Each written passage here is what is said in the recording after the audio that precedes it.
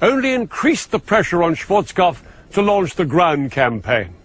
His plan was a masterpiece of strategic deception. The main attack would appear to come down here, across Kuwait's southern border. 40,000 American Marines would thrust up into the Iraqi defenses. Alongside them, troops from other coalition countries, including large forces from Syria and Egypt. Their job was to make Saddam think they were just the start of a much larger attack from here in the south. But Schwarzkopf's main blow would come not from the south, but from the west. Under the cover of the air war, he had secretly shifted the bulk of his army, 1,500 tanks and nearly 300,000 men, up to 300 miles off to the west to launch a giant left hook. His main heavy tank force, with Britain's men and tanks on their right flank, were waiting for the signal to burst into Iraq and swing east into Saddam's Republican Guard divisions, dug in on the Kuwait-Iraq border.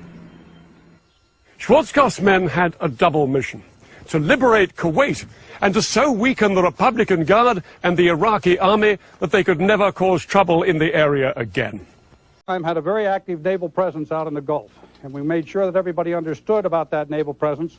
One of the reasons why we did that is because it became very apparent to us early on that the Iraqis were quite concerned about an amphibious operation across the shores to liberate Kuwait, this being Kuwait City. They put a very, very heavy barrier of infantry along here, and they proceeded to build an extensive barrier that went all the way across the border, down and around and up the side of Kuwait. One of the purposes I told you at that time of that extensive air campaign was to isolate the Kuwaiti theater of operation by taking out all the bridges and supply lines that ran between the north and the southern part of Iraq. That was to prevent reinforcement and supply coming into the southern part of Iraq and the Kuwaiti theater of operation. We also conducted a very heavy bombing campaign, and many people questioned why the extensive bombing campaign. This is the reason why. It was necessary to reduce these forces down to a strength that was that made them weaker, particularly along the front line barrier that we had to go through.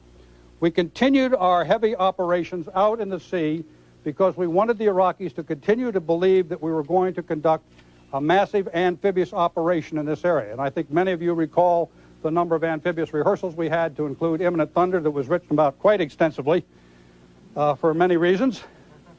But we continued to have those operations because we wanted him to concentrate his forces, which he did. I think this is probably one of the most important parts of the entire briefing I could talk about.